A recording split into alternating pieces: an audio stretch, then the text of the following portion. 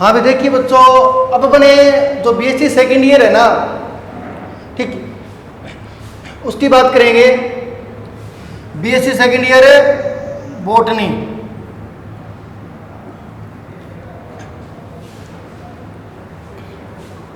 देखिए आपको पता ही है, मुकेश जी ने भी आपको बताया था कि आपके 3 पेपर है। जो पेपर फर्स्ट है वो है taxonomy and embryology of angiosperm. Paper second है anatomy of angiosperms and economic botany. और पेपर थर्ड जो है, यहाँ पर लिख रहे हैं हमने पेपर थर्ड के, फर्स्ट है ये, सेकंड है और ये थर्ड है। थर्ड पेपर जो उसका नाम क्या है, cytogenetics, plant breeding, evolution and biostatics. ठीक, तो अपने करेंगे पेपर थर्ड। ठीक, ये पेपर अपने करेंगे। और आज अपने इसकी जो पहली यूनिट है ना, इस पेपर की जो यूनिट फर्स्ट है वो अपने करेंगे। ठीक है, तो मैं इसको पेपर थर्ड ही कहूँगा, क्योंकि ये पूरा जो मतलब जो नाम है लिखने में ज़्यादा समय लगेगा, तो अपने इसको सिर्फ पेपर थर्ड के नाम से रिप्रेजेंट करेंगे। ठीक, इस पेपर को। पेपर थर्ड कौन सा है आपको मैंने बता दिया, ये फर्स्ट है, ये सेकंड है, और आज अपने करेंगे यूनिट फर्स्ट, और ये इसका पहला पार्ट है अभी। ठीक, यूनिट फर्स्ट का पेपर थर्ड, यूनिट फर्स्ट और पार्ट फर्स्ट। ठीक, ये हो गया अपना आपके जो पेपर है उनके बारे में थोड़ा बहुत जानकारी।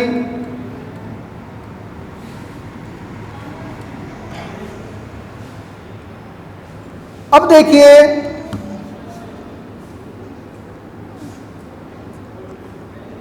जो यूनिट फर्स्ट है उसके बारे में आपको मैं बता देता हूं कि उसमें कौन कौन से टॉपिक है यूनिट फर्स्ट में।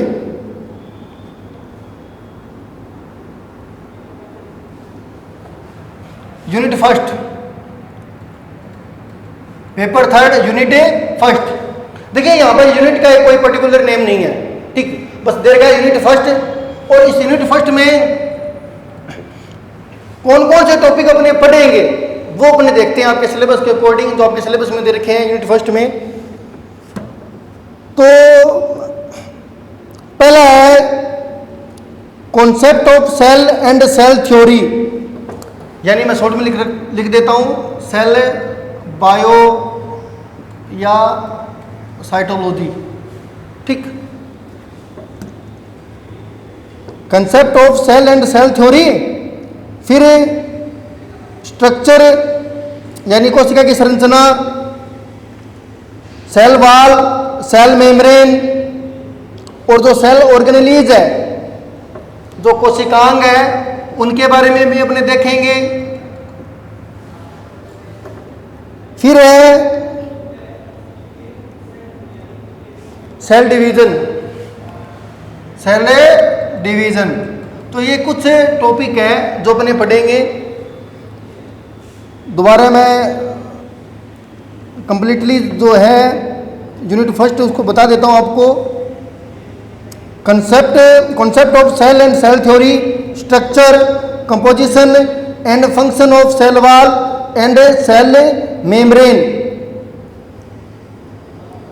Types, structure and functions of cell organelles और सेल डिवीजन। यानी मोटा मोटी अपने गए तो सेल बायोलॉजी या साइटोलॉजी, ठीक है, कोशिका, माइटोकॉन्ड्रिया, हरितलवक, ठीक, वगैरह वो आपने पढ़े 11वीं में, वही है। और साथ में सेल डिवीजन। तो मोटा मोटी मैंने आपको इस यूनिट के बारे में बता दिया कि अपने क्या क्या पढ़ेंगे। ठीक,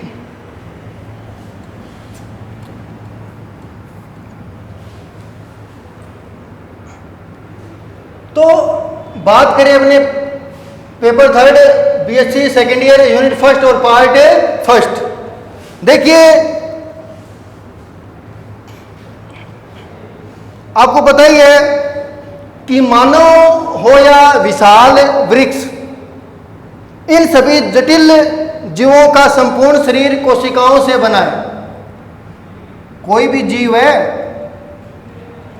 जैसे हाथी, व्हेल, आम का पेड़ हो गया, वृक्ष हो गया, ये मतलब कॉम्प्लेक्स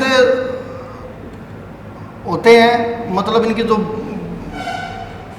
बॉडी स्ट्रक्चर है वो कॉम्प्लेक्स होती है, और इनका शरीर आपको पता है करोड़ों कोशिकाओं से बना होता है।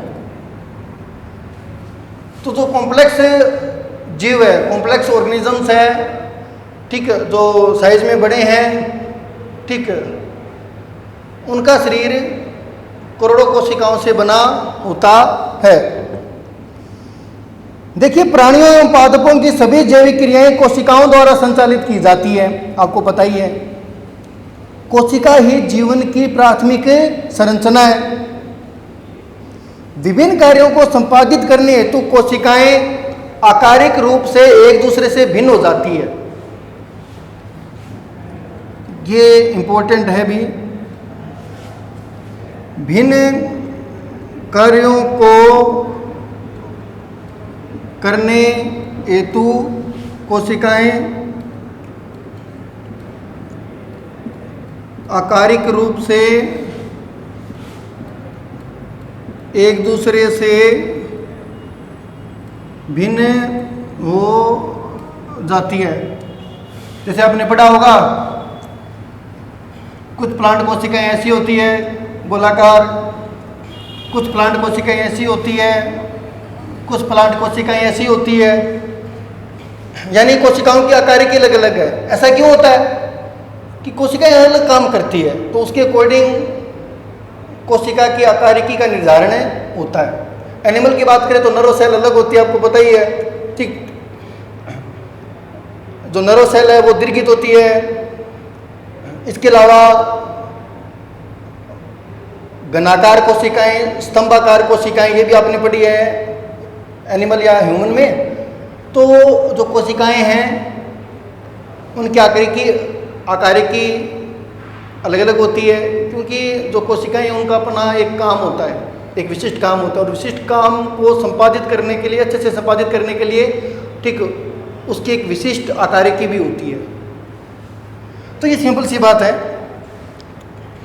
अगला अपना टॉपिक है कोशिका क्या है, what is cell.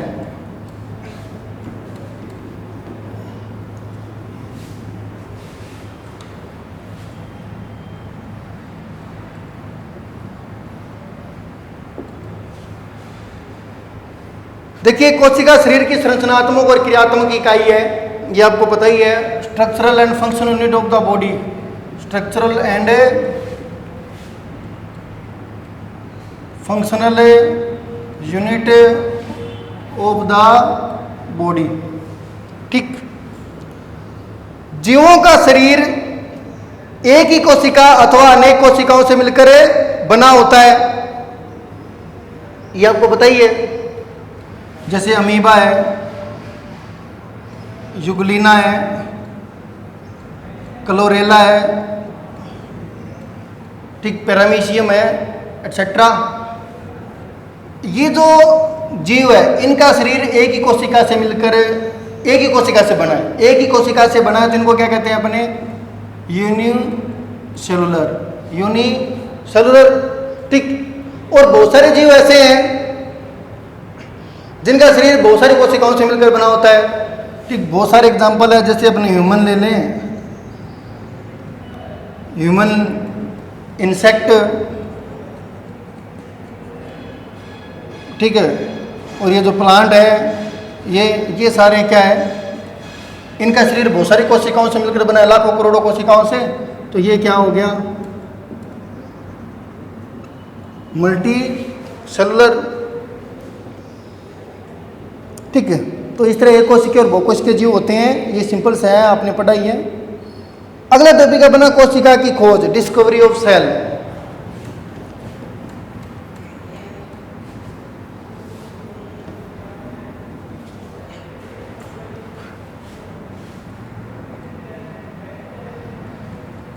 Discovery of cell, कोशिका की खोज। देखिए, आपको पता ही है कि कोशिका की खोज किसने की थी? रॉबर्ट हुक ने। रॉबर्ट हुक ने कब? 1665 में। कब की? 1665 में। ठीक। इन्होंने क्या किया? कोरक की काट का अध्ययन किया। कोरक की काट का अध्ययन किया। ठीक। रॉबर्ट हुक ने 1665 ईस्वी में कोशिका की खोज की। उन्होंने क्या किया? कोरक की काट का अध्ययन किया। सबसे पहले इन्होंने एक सूक्ष्मदर्शी बनाया। सूक्ष्मदर्शी बनाया जो किसी वस्तु को कितना गुणा करके दिखाता है? 30 गुणा करके दिखाता है, 30 गुणा बड़ा कर देता है। ठीक ठीक। और उस सूक्ष्मदर्शी की सहायता से जो कोरक के जो सेक्शन है ना, उनको देखा। ठीक है। कोरक की काट यानी जो कोरक है उसका जो सेक्शन है उसको अंडर माइक्रोस्कोप देखा। तो उसको यानी रॉबर्ट हुक को मधुमक्खी के छत्ते के समान संरचनाएं दिखाई दी। मधुमक्खी के छत्ते के समान संरचनाएं दिखाई दी। ये संरचनाएं कैसी थी? Box like. और इन संरचनाओं को रॉबर्ट हुक ने क्या नाम दिया था? सेलुला। और वर्तमान में अपने सेलुला को ही किस नाम से पुकारते हैं, या सेलुला को ही अपने किस नाम से रिप्रेजेंट करते हैं? सेल से। देखिए थोड़ा देखते हैं कोरक क्या है। ये मान लीजिए प्लांट है। ठीक है। अब ये जो बाहरी जो भाग है ना, जिसको अपने कहते हैं छाल, आपने जो कोरक है वो पढ़ा है, ये जो सेकेंडरी ग्रोथ होती है ना वहां पर टर्म आती है कोरक। ठीक। तो आप कह सकते हो कि जो छाल है या जो प्लांट का जो सरफेस है, ये प्लांट बॉडी होगी। इसका जो आउटर पार्ट है या जो आउटर लेयर है या जो बाहरी सतह है ना, वहां पर उपस्थित होती है छाल। ठीक। और अपने इसको कोरक भी कहते हैं। ठीक। थोड़ा सा इनमें टेक्निकली अंतर होता है छाल और कोरक में। वो अपने एनाटॉमी पढ़ेंगी ना तब इसको डिटेल में देखेंगे कि छाल क्या है, कोरक क्या है। लेकिन सिर्फ मैं बता दूं कि कोरक जो है ना, सिंपल समझने के लिए कि कोरक है, ये जो प्लांट आप देख रहे हो, इसका ये जो भाग है ना बाहरी, क्योंकि अंदर तो फ्लोएम और जाइलम आ जाएंगे, वो तो वेस्कुलर टिश्यू में सम्मिलित होते हैं। बाहरी भाग जिसमें छाल वगैरह होती है उसको अपने कहते हैं कोरक। जैसे इन्होंने क्या किया, सबसे पहले तो एक टुकड़ा लिया छाल का, ये रहा मान लीजिए, या कोरक का टुकड़ा लिया, ये कोरक है। ठीक। अब इन्होंने एक माइक्रोस्कोप बनाया था, खुद ही बनाया था। माइक्रोस्कोप यहां पर बना देते हैं अपने।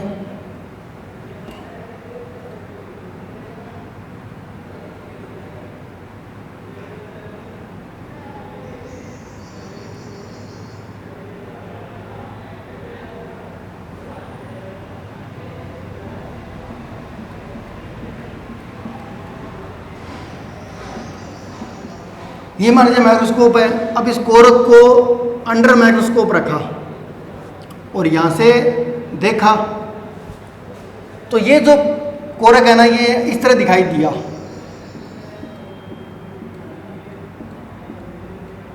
रॉबर्ट हुक ने देखा था और इस तरह दिखाई दिया ये कोरक। इस तरह बॉक्स लाइक स्ट्रक्चर। ठीक। अब ये जो बॉक्स लाइक स्ट्रक्चर है ना, ये इनको नाम दिया सेलुला।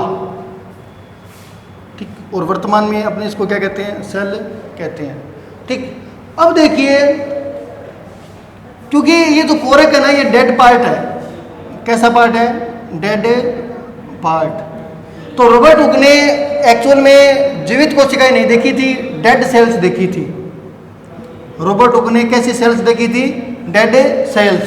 डेड सेल्स का मतलब उनके अंदर जो जीवद्रव्य है ना वो सूख कर नष्ट हो गया, ड्राई हो गया है। बचा हुआ क्या है? सिर्फ क्या बचा हुआ है?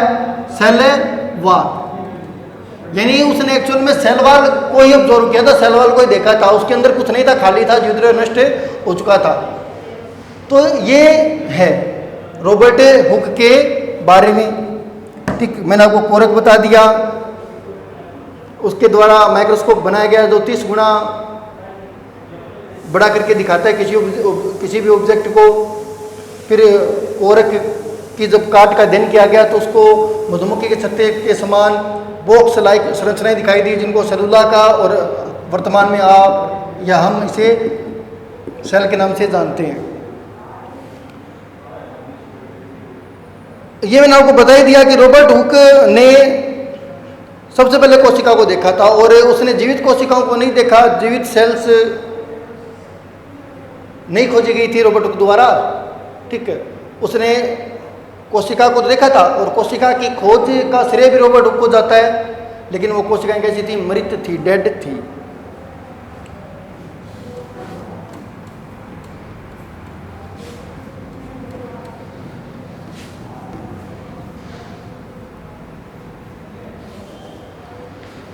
आगे देखिए, अगला साइंटिस्ट है एंटोनी वान लीवेनहोक।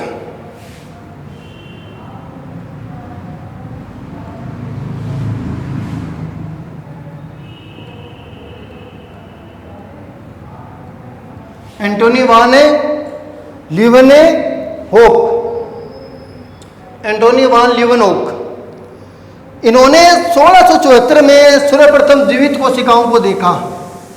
1674 में सर्वप्रथम लिविंग सेल्स को देखा। जीवित कोशिकाओं को सबसे पहले किसने देखा? एंटोनी, हिंदी में भी लिख देता हूं मैं, वान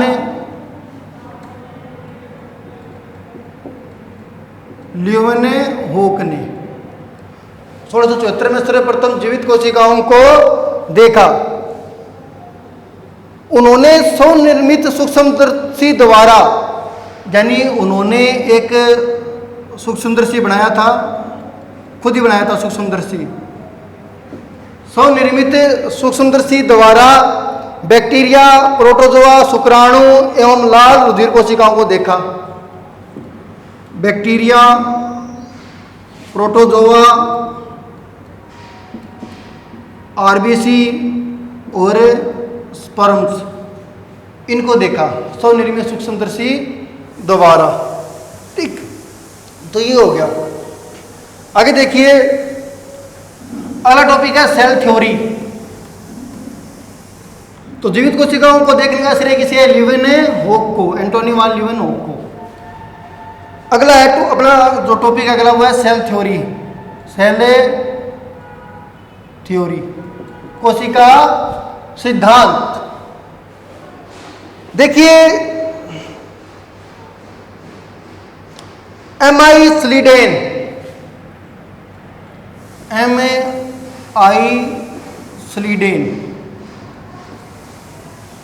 और एक साइंटिस्ट और थे थियोडोर स्वान, थियोडोर स्वान, जिसको अपने शॉर्ट में कहते हैं टी स्वान।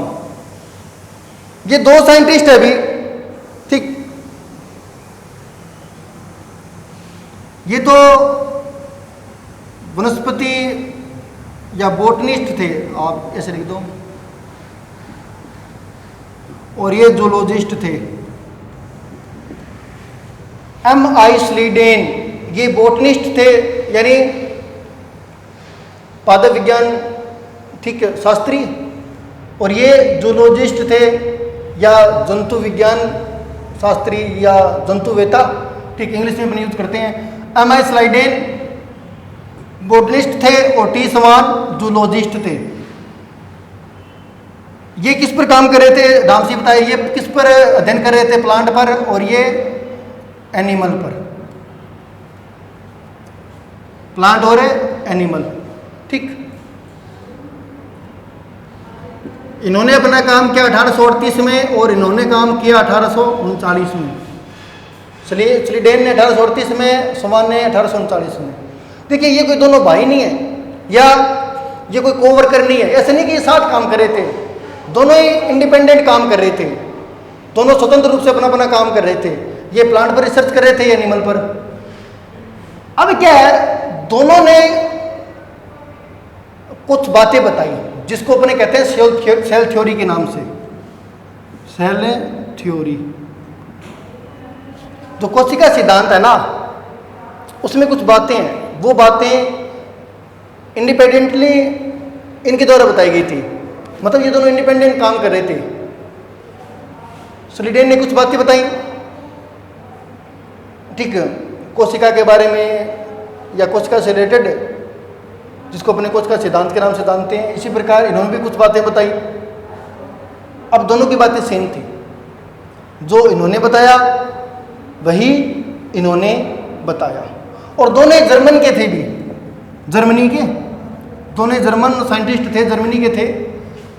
तो ये दोनों अलग अलग साइंटिस्ट है ही, नाम से ही आपको पता चल गया होगा, और अलग अलग काम कर रहे थे, स्वतंत्र काम कर रहे थे, एक दूसरे का कोई लिंक नहीं था। ये अलग रिसर्च कर रहे थे, ये अलग रिसर्च कर रहे थे। इन्होंने कुछ बातें बताई, वही बातें इन्होंने भी बताई, और उन बातों को अपने किस में शामिल